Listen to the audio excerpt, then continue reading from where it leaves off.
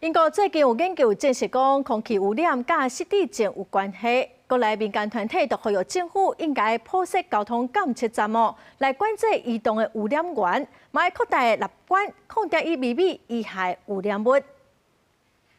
击退失智大海啸。 全民携手减空污。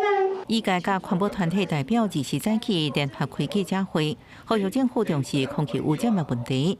因为英国上新研究证实，空气污染有哪会提高肺癌、心血管疾病风险，也佫可能甲失智症有关系。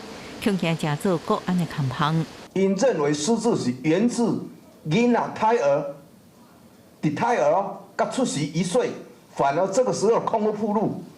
反而是造成以80岁、75岁以后失智。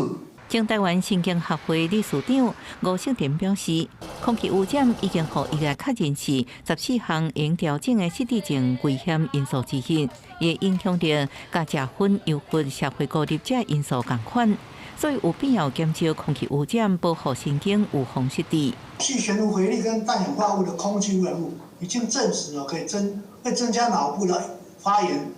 而且增加氧化压力进一步造成神经上的退化，而且认知功能失调这样。环保团体强调，台湾已经进入超高龄社会。根据卫福部统计，国内失智人口已经超过35万人，而且对人口老化，失智人口也会每年增加。所以建议环境部的空品监测站应该增加交通测站，另外也应该设置纳米级 PM0.2沙尘的常态性监测，将有效监控加改善空气污染。